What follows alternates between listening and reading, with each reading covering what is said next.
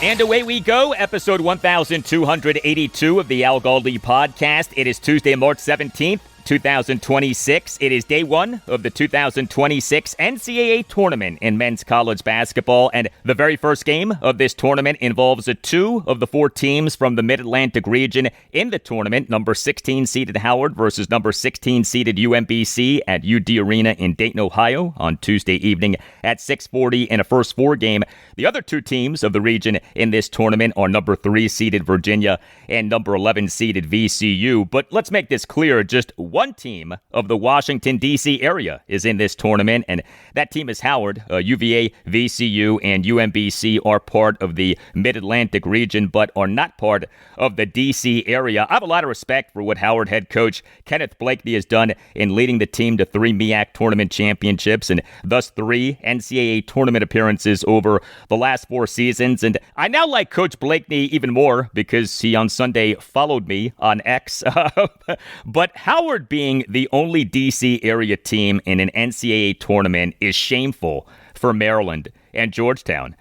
These programs have great histories and a lot of money and are in a basketball-rich area in terms of recruiting, and yet Maryland is not in the NCAA tournament for a third time in 5 seasons. Georgetown is not in the NCAA tournament for the 9th time over the last 10 seasons for which there has been an NCAA tournament. No NCAA tournament in 2020 due to COVID, but the Hoyas' only NCAA tournament appearance during this span was due to them miraculously winning the 2021 Big East tournament as the number 8 seed, and then Georgetown as a number 12 seed lost to number 5 seeded Colorado by 23 points, 96-73 at Butler's Hinkle Fieldhouse in the first round of the 2021 NCAA tournament. You know, this Sunday will mark the 25th anniversary of Maryland versus Georgetown in the Sweet 16 of the 2001 NCAA tournament. March 22nd, 2001, a 76-66 Maryland win over Georgetown at the Arrowhead Pond of Anaheim in Anaheim, California in the Sweet 16. I was at that game, broadcasted it for Maryland student radio station, the mighty WMUC. Here we are 25 years later, and Maryland and Georgetown are not doing so well. Hello and welcome to this Tuesday installment of the Al Galdi podcast. Next segment, high level, all 22 style analysis of what the Washington Commanders have done on offense in free agency so far this offseason, as we'll speak with Commanders analyst Mark Bullock of Bullock's Film Room, which you can find at markbullock.substack.com. Mark will give us outstanding insight on tight end Chig Okonkwo, running back Rachaad White, receiver Dyami Brown, the team releasing center Tyler Biadasz, whether Chris Paul is a definite as the starting left guard for the 2026 season, whether the team made a mistake in allowing Chris Rodriguez Jr. to leave as an unrestricted free agent, and more. Mark Bullock, next segment, on what our team has done on offense in free agency so far this offseason. And also on the show, I'll talk Washington Wizards. 9 seconds left. The Warriors are going to win this. And the Warriors head coach Steve Kerr will get his 600th career win. The 4th fastest to 600 wins, only behind Phil Jackson, Pat Riley, and Greg Popovich. Steve Kerr in some awfully good company. Dave Johnson and Chris Wright on the Washington Wizards radio network. The tank continues to go well. The Wizards lost their 12th consecutive game, a 125-117 loss to the Golden State Warriors at Capital One Arena on Monday night. You can hit me up on X at Al Galdi. You can email me the Al Galdi podcast at yahoo.com. Email from Stanley Evans on Commanders General Manager Adam Peters in free agency so far this offseason. Right, Stanley? What's up, Al? Hope everything is well with the family. Won't solve everything this offseason, but one thing I can appreciate about AP is that if a player isn't the right fit, he's not just going to throw money at the player. I wanted some more quote-unquote fireworks, but I'd rather the team play this smart than go full Rambo mode and spend just because the team can. Either way, the team has to nail its first pick in the draft wherever that ends up being. Even if the Commanders trade down, they can't afford to miss. Thank you for the email, Stanley. It does seem to be the case that Adam Peters is very disciplined financially. And as Stanley wrote, if a player isn't the right fit, AP's not just going to throw money at the guy. It reminds me of the famous line from lawyer Johnny Cochran during the O.J. Simpson double murder trial in 1995. If it doesn't fit, you must acquit. Are you familiar with that line? If it doesn't fit, you must acquit. Adam Peters' line, his rhyming key perhaps in free agency is, if the player isn't the right fit, forget about it, or something like that. But here was that line from Johnny Cochran many years ago. It doesn't fit. If it doesn't fit, you must acquit. Yeah, one of the most famous lines in the history of trial law. If it doesn't fit, you must acquit. Not to compare the gravity of a double murder trial with Commanders free agency, but you get the idea. If the player isn't the right fit, forget about it. The Commanders absolutely have to hit with whatever they do with their number 7 overall pick in the 2026 NFL Draft. And if they stick and pick, then the player taken at 7 needs to be a guy who's a good player for the team for years to come, including preferably being a good player from the get-go. Give me instant impact, not a project. I want the Commanders, if they stick and pick at 7, taking the best player available on their draft board. But no doubt, I want that guy to be someone who makes an instant impact. Our team so needs that. Email from Sterling Porter with a theory for why the Commanders on March 3rd released center Tyler Biadasz. And the theory involves the news from this past Friday night reports that unrestricted free agent left guard Chris Paul had agreed to re-sign with the Commanders. Right, Sterling? Did the Commanders release Biadasz in order to give them more flexibility to re-sign Chris Paul? Thank you for the email, Sterling. Well, the Commanders entered the new league year with ample salary cap space, so they certainly could have kept Tyler Biadasz and re-signed Chris Paul, especially with Paul's market this offseason apparently not being as lucrative as anticipated. So, yeah, I mean, the team did not have to release Biadasz in order to re-sign Paul. There still are no good theories for why the team shockingly released Tyler Biadasz other than the team just doesn't think that he's that good at this point. But I tell you who does think that he is good, his new team, the Los Angeles Chargers. They on March 6th, just 3 days after the Commanders released him, announced having signed him as an unrestricted free agent, and he got a nice contract. The Chargers reportedly signed Biadasz to a 3-year, $30 million contract that, per overthecap.com, has $15 million fully guaranteed at signing. That's a healthy contract. That is a contract. That begs the question, could Adam Peters have traded Tyler Biadasz for something as opposed to releasing him for nothing? That's a more than fair question to ask. What's also fair is being able to enjoy yourself without worry. That's where Z-Biotics pre-alcohol probiotic drink comes in. Z-Biotics pre-alcohol probiotic drink is the world's first genetically engineered probiotic. It was invented by PhD scientists to tackle rough mornings after drinking. Here's how Z-Biotics pre-alcohol probiotic drink works. When you drink, alcohol gets converted into a toxic byproduct in the gut. It is a buildup of this byproduct, not dehydration, that's to blame for rough days after drinking. Well, Z-Biotics pre-alcohol probiotic drink produces an enzyme to break down this byproduct. Make Z-Biotics pre-alcohol probiotic drink your first drink of the night. Drink responsibly, and you'll feel your best the next day. Enjoy drinks with friends, enjoy drinks while watching the big game, and don't sacrifice your productivity the next day. Start your night with Z-Biotics pre-alcohol and wake up ready to show up strong at work, clear-headed, focused, and back to business. Go to zbiotics.com/Galdi, and you'll get 15% off your first order when you use the promo code Galdi at checkout. Plus, Z-Biotics pre-alcohol is backed by a 100% money-back guarantee, so there's no risk. Also, subscriptions are available for maximum consistency. That's zbiotics.com/Galdi. Use the promo code Galdi at checkout for 15% off. Today's show is sponsored by Strawberry.me. Let me ask you something. Do you think championship athletes got to the top by guessing? No, they had coaching. Every elite athlete has a coach watching their form, calling the plays, and spotting the blind spots they can't see themselves. That's how championships are won. So why are you trying to win your career without a coach? You're grinding, hoping for the promotion, trying to read the politics, guessing your next move. That's amateur hour. If you want to perform like a pro, you need coaching. Strawberry.me matches you with a professional career coach who breaks down your game film. They help you negotiate the raise, navigate workplace politics, and execute a strategy that actually works. Stop riding the bench in your own life. Go to strawberry.me/podcast50 to get 50% off your first coaching session. Strawberry.me, because pros don't guess, they get coached to win.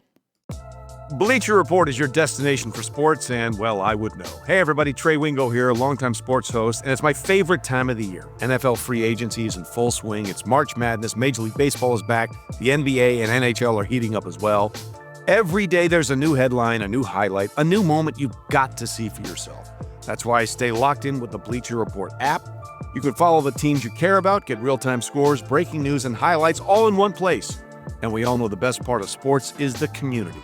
Bleacher Report makes it easy to drop your takes and relive every moment with other fans. It's fast, it's personalized, and it keeps me in the game no matter where I am. Download the Bleacher Report app today so you never miss a moment.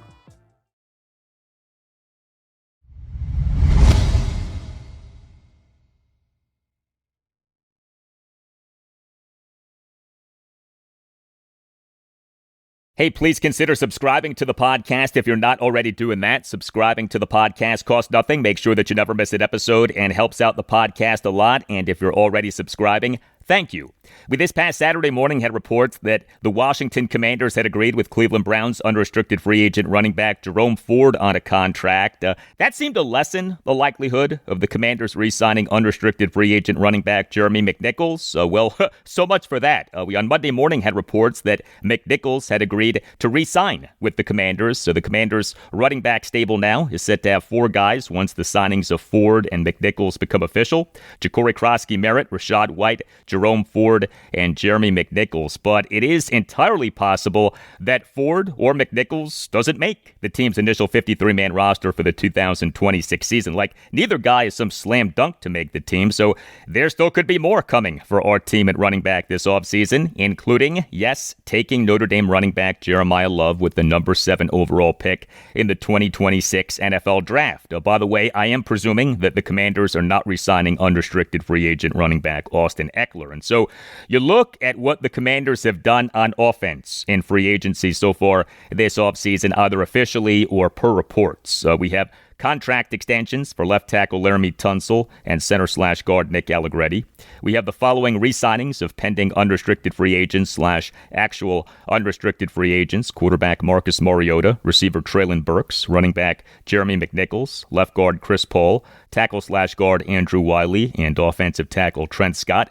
We have the following unrestricted free agent acquisitions: tight end Chig Okonkwo, receivers Dyami Brown and Van Jefferson, and running backs Rachaad White and Jerome Ford. And we have the following unrestricted free agent defections: running back Chris Rodriguez Jr. and quarterback Josh Johnson. For much more on what the Commanders have done on offense and free agency so far this offseason, it is a pleasure to welcome back to the Al Galdi podcast Commanders analyst Mark Bullock. Mark is exceptional at talking Commanders from an X's and O's standpoint. He does tremendous Commanders All 22 breakdowns. You can read his work on his Substack, Bullock's Film Room, which you can find at markbullock.substack.com. A lot of great content on Mark's Substack, including a number of pieces on recent free agent acquisitions for the Commanders. Mark has written for The Athletic and for The Washington Post. He also is a Commanders fan. You can follow Mark on X at Mark Bullock NFL. Hey, Mark, how are you?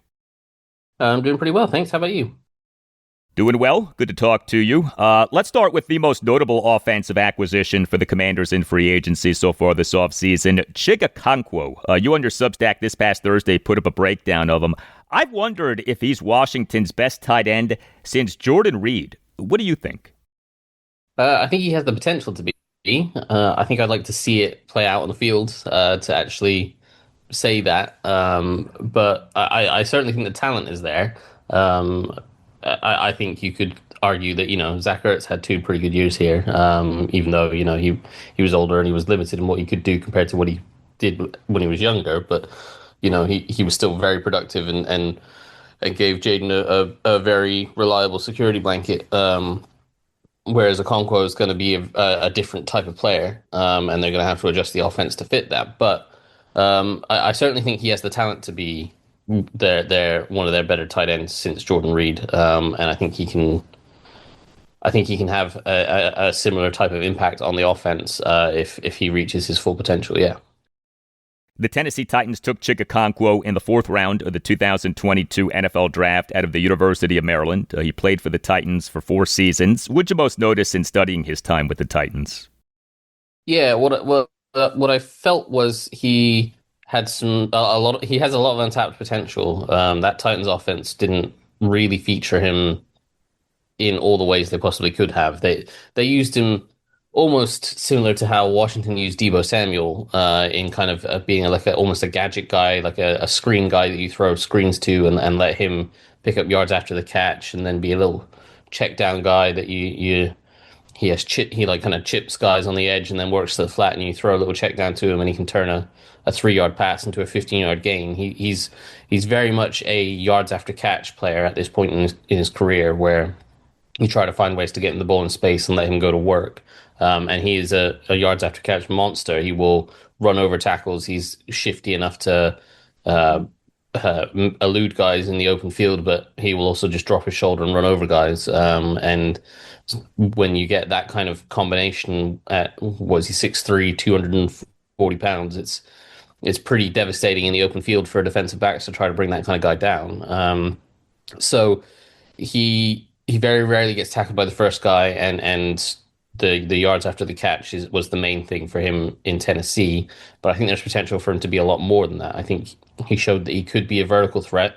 They didn't really use that often a lot of the time because they didn't have the pass protection to block for shots down the field. But when they did it occasionally off of play action, what have you, he showed the speed to get vertical, and then the ball tracking skills. He had one really, really good catch down the field last year for like a 40 or 50-yard gain, where he was running a deep corner route, and he was actually, to show off his speed, there was a receiver outside of him that was meant to run a deep post, and he was meant to run a sail route underneath it, and he outran the receiver, and the receiver couldn't stay with him and get on top of him. So he hit the route first, which isn't how it's meant to be done, but it worked out fine, and he did a really nice job of adjusting his path. He was breaking off more flat towards the sideline, and then he saw the trajectory of the ball, and he kind of drifted his route further up the field to run under it.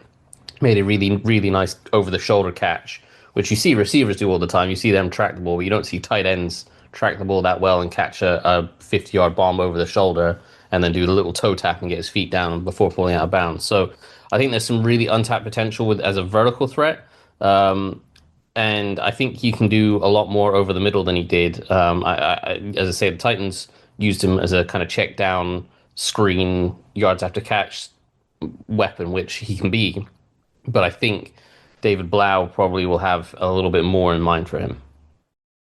So with the Commanders' new offensive coordinator, David Blau, there is an anticipation that he's going to be going with a good number of 12 and 13 personnel, a good number of multiple tight end sets. So the team signing Chig Okonkwo doesn't necessarily mean less playing time for Ben Sinnott. But that said, what does the team signing Okonkwo mean for Sinnott? I think the most significant thing is that there is a far greater overlap in the skill set of Okonkwo and Sinnott. Last year, I think a part of the issue for Sinnott getting on the field as a receiver was the way Cliff Kingsbury used the tight end in the offense was very much what Zach Ertz does, which is, intermediate routes over the middle of the field, being really savvy and finding little holes in zone coverages, being smart and being able to separate attack leverage and separate against man coverage. But it's the kind of savviness that Ertz uses, which is what Cliff Kingsbury wanted his tight ends to do. Whereas Okonkwo and Sinnott, neither of them have that route savvy yet, and neither of them have that same feel for finding little holes in zone coverages that Ertz had. Both of them are more vertical, both of them are more athletic, and both of them are more yards after catch kind of weapons. So while they're not the same type of receiver exactly, there's a lot more overlap in their skill sets. And so if you call a play for Okonkwo, or if Okonkwo gets injured, you can then call the same play and Sinnott could probably step in and do a lot of the same stuff. I think that was a large part of the issue for Sinnott last year was, like, we saw Zach Ertz go down at times, and rather than Sinnott going in and running the routes, they would just not call those same plays that they had had for Ertz because they didn't trust Sinnott to run those routes and be as efficient as Ertz was. Whereas now you can run a lot of the same stuff with both of them and you can interchange them. So I think that is the most significant thing for Sinnott. I still think Okonkwo will be their main receiving threat, but I think Sinnott can have a bigger role, as we as you say, they probably will be using more multiple tight ends personnel groups. So I think we'll see both of them on the field at the same time. And something that, we're expecting this to be a Detroit Lions offense, and something Okonkwo mentioned was, they showed him clips of that Lions offense. And the guy that I would expect them to think Okonkwo could be would be Sam Laporta, and the kind of routes that he ran over the middle of the field. And I think, the Lions quite often would use 2 or 3 tight ends, and Laporta would be the second or third guy, and then they'd go no huddle, they'd go hurry up, and they'd move that tight, rather than having all 3 tight ends lined up inside, they'd split them up, and they'd have one outside as an X receiver, one outside as a slot receiver. And I think you could quite easily do that with Okonkwo and Sinnott, and that's when you could use some of that no huddle stuff that you kept from Kingsbury, and really attack defenses and get good matchups when you use those multiple tight end personnels and spread out the defense and generate those matchups. So I think that's where you'll see the benefit for Sinnott. What have you noticed about Chig Okonkwo as a blocker? Yeah, I'm not particularly high on him as a blocker. I don't think he needs to be particularly good as a blocker. I think the thing to say is that he's a very, very willing blocker. He is not afraid of contact at all. Like, you see a lot of athletic receiving tight ends shy away from contact. That's not him. He is more than happy to go put his nose in the middle of it and really try and block guys. The issue is that he's undersized. He's less than 240. He's like 238, I think he's listed at. 6'3", 238, which is quite undersized for what you would want a inline blocking tight end to be. Like, even Sinnott is 250, and Bates, I think, is like 260, 265. And so that size is significant when you try to block in line against defensive ends that are 260, 265, 270, or even like trying to block a defensive tackle in a certain type of scheme. Like, those guys are 300 pounds. It's really tough for a guy that's 238 to block them. He doesn't have much technique, and he doesn't have much impact. The only real way he makes an impact is what you would call an impact block rather than a sustained block. So you can get him on the move and do the kind of sift blocks that you would see on a zone scheme, where you're running an outside zone to the right and he starts on the right and sifts back across the line and kicks out the backside edge defender to kind of create that cutback lane. He can do that, but that he doesn't sustain those blocks. Whereas you see Bates or Sinnott will sift block against back across the line, and they'll either cut the guy or they'll really thump into him and show good technique and get their hands on them and sustain that block so that a running back has time to press the hole and then make his cut. Okonkwo won't sustain that block so well. He'll throw his whole body at the guy. He's not afraid of the contact, but he just has to time that properly so that the impact of that contact can stun that block and open up the lane at the right time. If he doesn't time it right, the guy's going to be able to shed the block and make the play. So, yeah, I think there's potential for him to improve, but I think just because of his willingness, he could improve. But the technique isn't there and the size isn't there. So I think there's a ceiling on how good of a blocker he can be. Someone who is a great blocker is Rachaad White, really excels in pass protection. We'll see if the Commanders do more running back. But as things stand right now, is White the team's potential RB1, or is the RB1 still safely Ja'Cory Krosky-Merritt? No, I think Bill would be the number one back as things currently stand. Rachaad White is a good profile for them. I've mentioned Rachaad White as a Jeremy McNichols kind of player, and people have taken that the wrong way as an insult to him. It's not. He fits that profile of being kind of a third down back that is a better receiver and blocker than he is a runner at this point. Now, if you put him in and as we've seen with Jeremy McNichols over the past few years, like if you have an injury to your number one back and you need him to come in and spell for part of the game, then that's fine. He can do that. He can be okay. He can average 4 yards a carry and be fine. He's not going to get you a ton of extra yards than what's blocked, but he'll be fine. He can manage that. But his real skills are pass protection and being able to catch passes out of the backfield. So he's a third down back. that can fill in for the other spots when needed.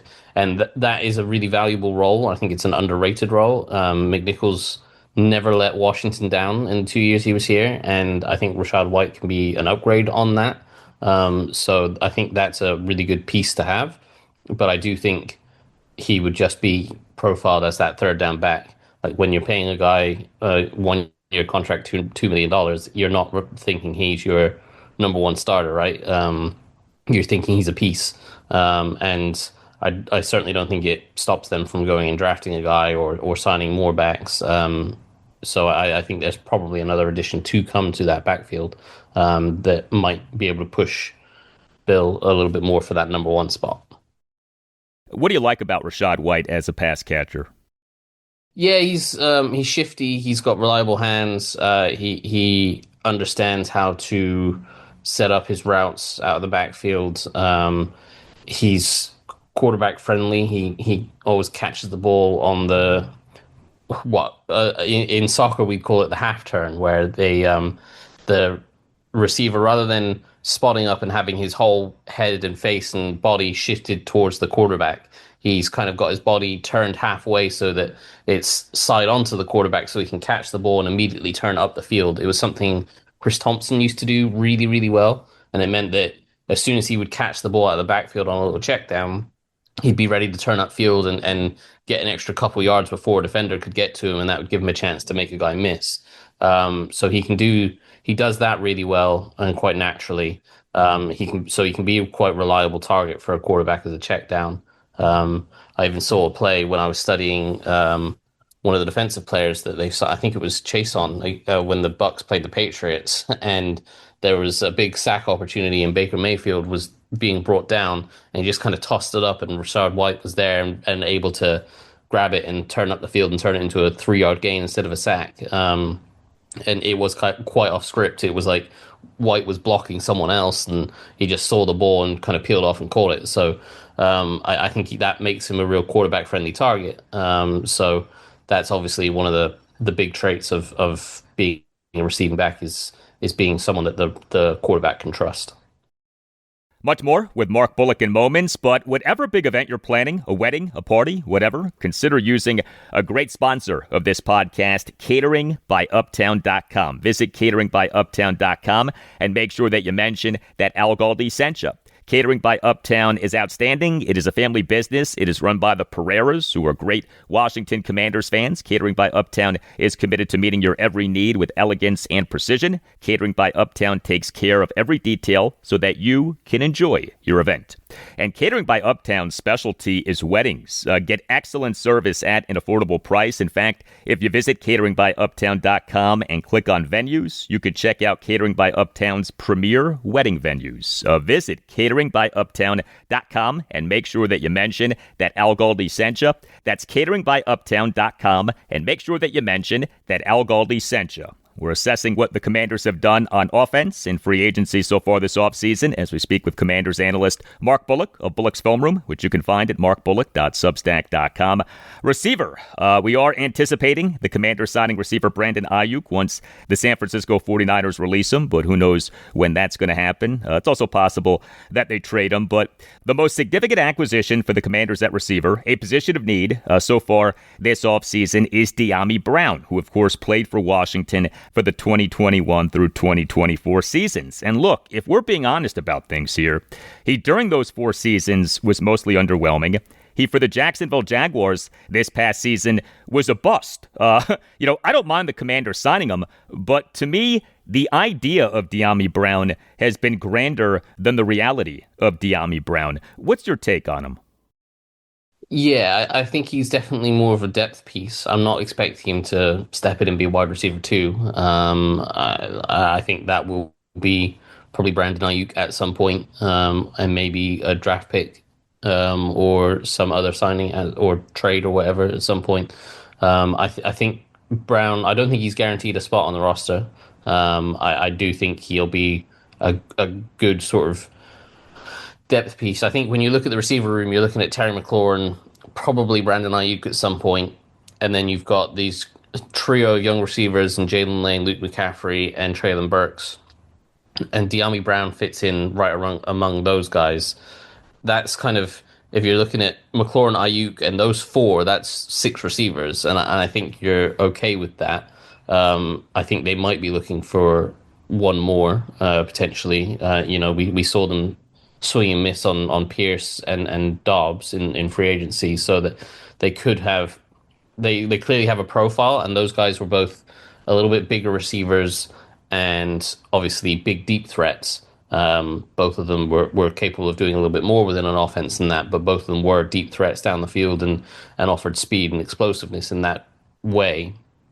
And when you look at the profile of what Dyami Brown is when he's successful, he fits that profile. So he could be a third receiver in the offense in that he fits the profile of what they're looking for. He's bigger than the other guys. Like a Jalen Lane is obviously smaller, and Dyami Brown's got a little bit more size. He's definitely willing to go stick his nose in it and block as a Z or an X receiver. So when they're looking to run the ball to set up play action, he can come in and block. We saw that in his last year here. He was a really good blocker actually at the receiver spot. And then when you get into those play action stuff, he has the speed to get deep and take the top off. And you can throw those deep shots down the field to him if you want to. I think they would want to do that to other receivers, but he's definitely in the mix for that. So I think he does fit the profile of what they were looking for. But obviously, as you said, like he has had one or two games, and he had them towards the end of that first year here with the Dan Quinn era. Where he did a little bit more. He caught some passes down the field. He caught some passes deep in the intermediate areas with kind of deep digs and stuff. So he profiles as someone that can fit as either an X or Z receiver on the outside. He's willing to block it, and he has the speed and deep threat ability to take the top off of the play action shots. So he fits what they're looking for. But we've just never seen that consistently play out on the field the way that I think a lot of people would like to see. I think the talent is there, but the frustration is you don't get that consistently from him. So yeah, I can see the profile being right, but I wouldn't at all be surprised if they go and trade for someone, or they draft someone at 7 and then he becomes the 5th or 6th receiver and they decide to keep one of the younger guys instead of him. The situation at center. The Commanders on March 3rd released center Tyler Biadasz. The Los Angeles Chargers, just 3 days later, March 6th, announced having signed Biadasz as an unrestricted free agent. February 26th was when we had the shocking reports that the Commanders were releasing Biadasz. They, on March 9th, what was day one of the legal tampering period this offseason, reportedly pursued Baltimore Ravens unrestricted free agent center Tyler Linderbaum, but he agreed on a mega money contract with the Las Vegas Raiders. And Nick Allegretti, during a press conference on March 9th, made it pretty clear that he wants to be the Commanders' number one center. What do you make of what's going on with the team at center? Yeah, that's the one move that has really puzzled me this offseason. Is, I thought the only way it makes sense is if you go and get Tyler Linderbaum, because that's the only one that is a clear upgrade over Biadasz. For me, anyway. For me, I think everyone could see that Biadasz had a down year compared to 2024. He didn't have the same kind of impact, but I don't think he had such a down year that you're like, okay, he's terrible, let's cut him, let's save only $2 million and have an $8 million dead cap hit to move on from him, and then see him go and get signed, but have interest from multiple teams and get signed 2 days after, right? So, and to a significant contract as well. So clearly the rest of the league still views him as a decent center. So I just don't quite understand why they've moved on from him. Because I thought he was still an above average center. I thought he was still in that kind of 10 to 15 range. And if you were ranking all the centers, I think he'd be in that sort of 10 to 15 range. And I thought if they were going to transition, as we're expecting, to an outside zone team, and I say that because their new offensive line coach, Darnell Stapleton, he coached outside zone in his previous stop before coming to Washington. Their new tight end coach, Ben Steele, was an assistant offensive line coach for outside zone teams, including Kubiak's team in Denver, and the one before that. I can't remember where he was before that. But those are both two outside zone coaches. So I think they're going to be running more outside zone.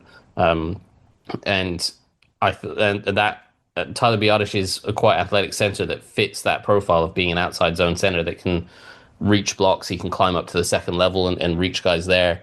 So that I thought he'd be a really good fit in that scheme. So it doesn't really make sense to me that they would cut him. And as I say, the only way I thought it would make sense is if you go get Tyler Linderbaum, because I think he'll be an excellent center in an outside zone scheme, and that's why Kubiak's Raiders have gone and targeted him. Now, Kubiak's Raiders could afford to offer him an insane contract, and I think it was smart of Washington to pull out of that deal when they were willing to go to 3 years at the money that they are offering him. It was completely resetting the center market. So I understand why they didn't go to that length to sign him. But it then makes it feel, well, what was the plan if you're moving on from Biadasz and you're not willing to go to that length for Linderbaum? So, yeah, I don't really understand it. The only way it can make sense to me is if they just felt that he wasn't very good, and they felt like Allegretti is a better center, or they feel like it's a really good draft for centers, but they didn't need to move on from him even if they thought it was a good draft. Like they only saved $2 million on the cap. They had an $8 million dead cap hit. You don't make that kind of move if you feel like a guy is okay and can still play. You only make that move if you're desperate for cap space, which they're not, or you just think the guy's not very good anymore, which I personally don't agree with. But they're paid to do that job, so they obviously do feel that way. I mean, even if the Commanders were very much wanting Tyler Linderbaum, you don't release Tyler Biadasz until you have Linderbaum. You don't just assume that you're getting Linderbaum, and they know that. There may well be more here than we know. Strange situation.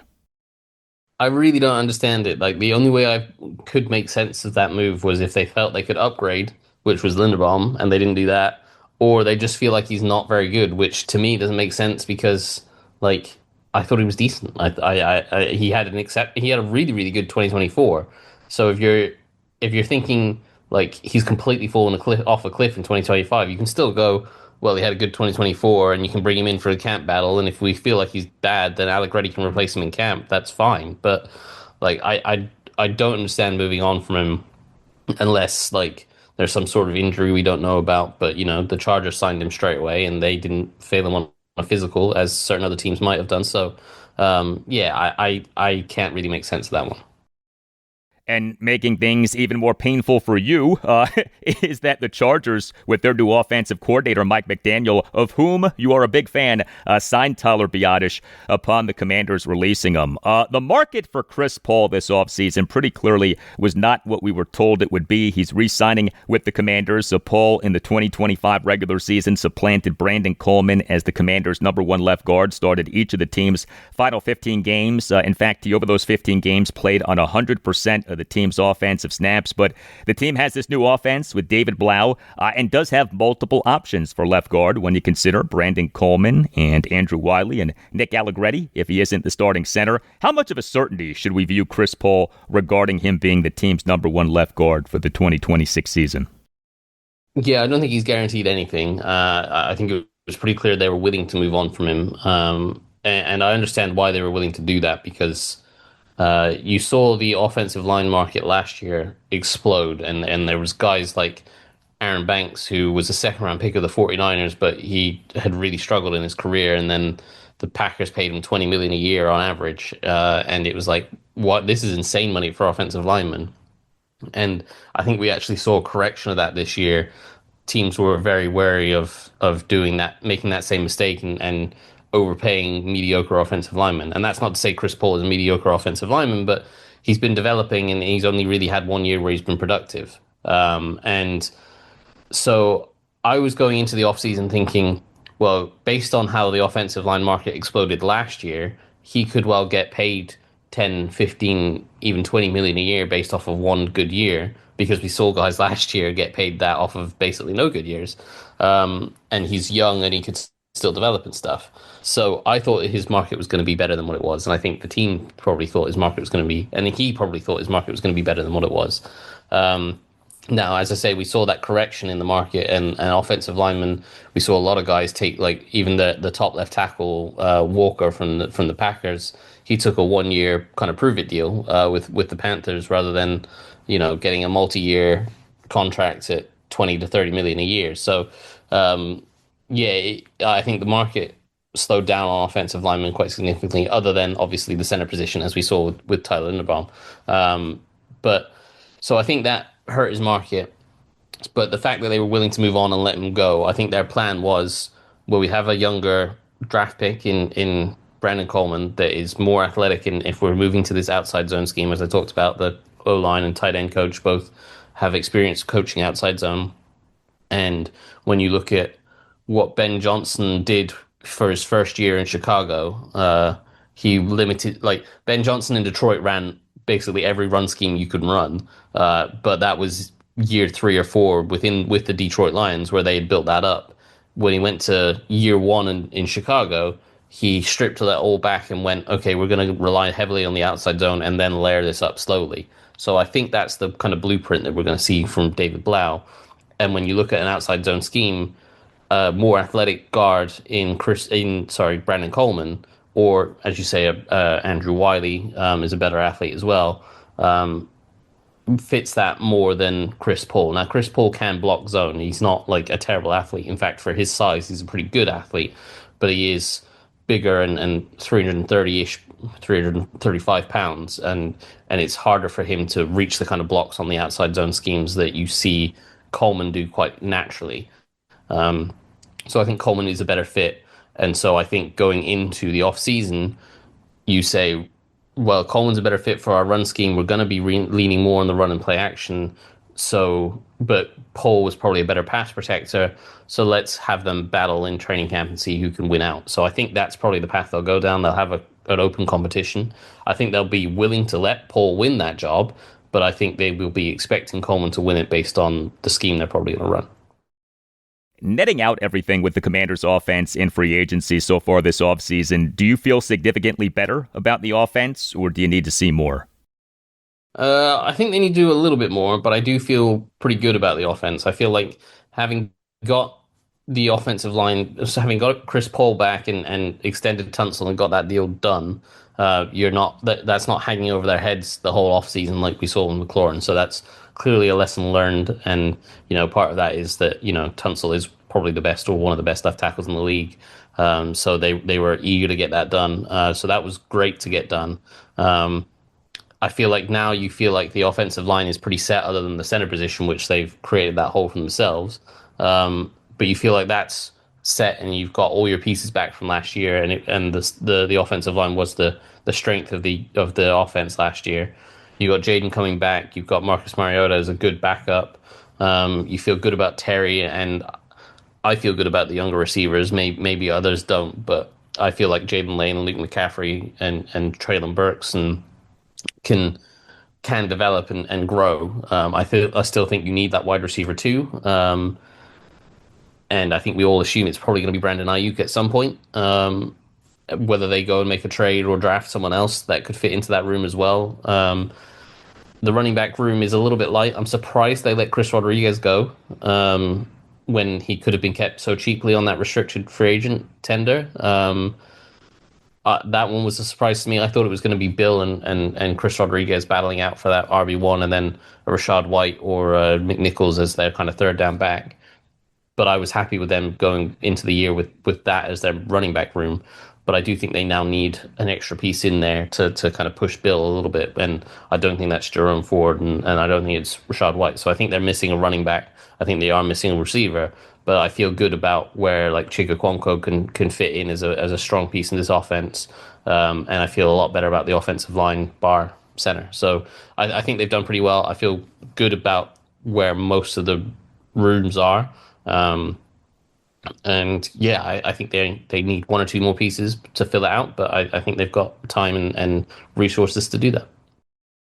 I would not be surprised if Chris Rodriguez does really well for the Jags. He, to me, deserved more carries with the Commanders. Jags head coach Liam Cohen was Kentucky's offensive coordinator and quarterbacks coach for the 2021 and 2023 seasons. So the 2021 season was Rodriguez's fourth of 5 seasons at Kentucky. Was a big season for Rodriguez. I could see him doing quite well for Cohen with the Jags. Yeah, I really don't understand why they let him go. They talked him up as being this really hard worker that had done everything they'd asked him to and had this great story. I thought he could have been a really good 1-2 punch with Bill. And Bill gives you the explosiveness. Rodriguez gives you the reliability and the consistency. And, he fits that outside zone scheme really well. So I didn't understand letting him go. I thought you go into the year with those two as your top backs. They're both underrated. They both can be very good in this system. I thought it would have been fine, but maybe they're going to go get Jeremiah Love. Who knows? And then we all forget about Chris Rodriguez anyway because Love's a much better running back. But I was surprised by that one as well. Commanders analyst Mark Bullock of Bullock's Phone Room, which you can find at markbullock.substack.com. Mark, thanks, and we'll talk soon. Of course, talk soon. All right. Hey, thank you to all of you who have given this podcast a 5-star rating and who have written nice reviews of the podcast. You on Apple Podcasts and on Spotify can both rate the podcast and write reviews. 5-star ratings are greatly appreciated. Positive reviews are greatly appreciated. The 2026 NCAA March Madness Men's Tournament is back, and it's guaranteed to keep you dancing every night. The biggest event in college sports is finally here, and TNT Sports has you covered from the opening tip to the final buzzer and everything in between. Keep up with all the heart-pumping, show-stopping craziness of March Madness across TBS, CBS, TNT, True TV, and the March Madness live app as we march all the way to Indianapolis. And this year, the men's Final Four returns to TBS on April 4th and 6th. Catch all the clutch shots, big-time plays, upsets, Cinderellas, blue bloods, and more that keep you on the edge of your seat. You're not going to want to miss a second of the action, so tune in to the NCAA Men's First Four tonight at 6 p.m. Eastern on True TV and in the March Madness live app.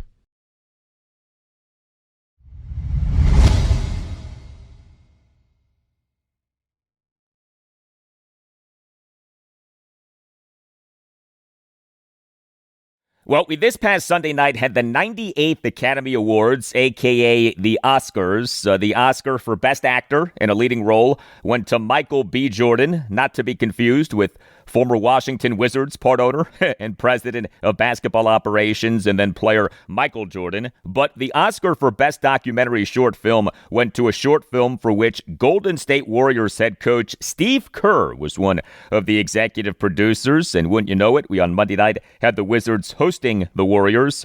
And the Oscar for Best Tank hopefully will go to our Wizards. That Oscar should go to the Wizards.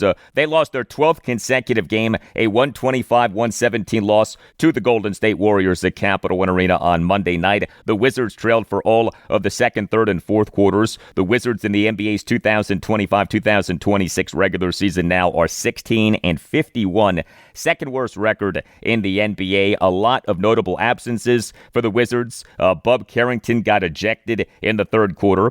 Trae Young had a great game, but he left the game due to a right quad contusion. He, in 21 minutes, 11 seconds as a starter, had 21 points, 5 assists versus 3 turnovers and 2 rebounds. He went 3 for 5 on threes, 4 for 5 on twos, and 4 for 5 on free throws. Also, Alex Sarr did not play due to right hamstring injury management. Keyshawn George did not play for a 7th consecutive game due to a partial tear of the UCL in his left elbow. Anthony Davis did not play for an 18th time in 18 games since being acquired by the Wizards via trade on February 5th, what was 2026 NBA trade deadline day. He's not playing due to a finger sprain on his left hand. D'Angelo Russell did not play for an 18th time in 18 games since being acquired by the Wizards via the Anthony Davis trade. Russell is being listed as not being with the Wizards. He is not expected to ever play for the Wizards. Leaky Black was not available due to a sprained left ankle, and Cam Whitmore is done for the season due to right shoulder deep vein thrombosis. But I mentioned Trae Young's 21 points. 3 Wizards players each had 21 points. Trae Young, Bilal Coulibaly, and Will Riley. Bilal Coulibaly, the shot we hope, we believe, is getting better. Bounce pass to a cutting Santos under the basket. Richard Bank. No. Oh, Wizards catch a break. Riley grabs the rebound away from Richard. Up court now, Juju Reese. Right corner, Coulibaly for 3. Oh, good shot, Bilal. It's there. Big time shot. Hey, maybe fourth quarter Bilal again. I was going to say, he's looking like Mr. Clutch again. Shades of Orlando and Washington, 109-103. Dave Johnson and Chris Wright on the Washington Wizards radio network. Bilal Coulibaly, he in 32-42 as a starter, had 21 points, 8 rebounds, 4 assists versus 2 turnovers, and a team best plus-minus rating of +6. He went 2 for 2 on threes, 5 for 8 on twos, and 5 for 6 on free throws, and a nice game for Will Riley. Left wing Coulibaly at the hash mark. Guarded by Melton, cuts through his left. Cross court to Riley, right wing outside the arc for a 3. It's there! Nice. Oh, it's there! Will Riley giving the Wizards a chance. 119-113, 2-possession game. And Will Riley now with 18 points.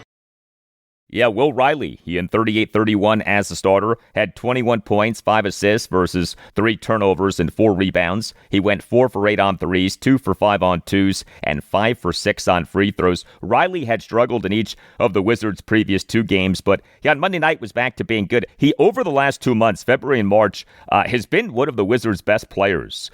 By the way, the game's leading scorer was former Wizard Kristaps Porzingis. He in just 25-43 as a reserve, had 30 points, 5 rebounds, 4 assists versus 3 turnovers, 3 blocks, and 2 steals. He went just 1 for 5 on threes, but also 7 for 8 on twos, and 13 for 14 on free throws. Next up for the Wizards are back-to-back home games against the Eastern Conference leading Detroit Pistons. 2 terrific opportunities for 2 more losses. Home to the Pistons Tuesday night at 7, and home to the Pistons Thursday night at 7.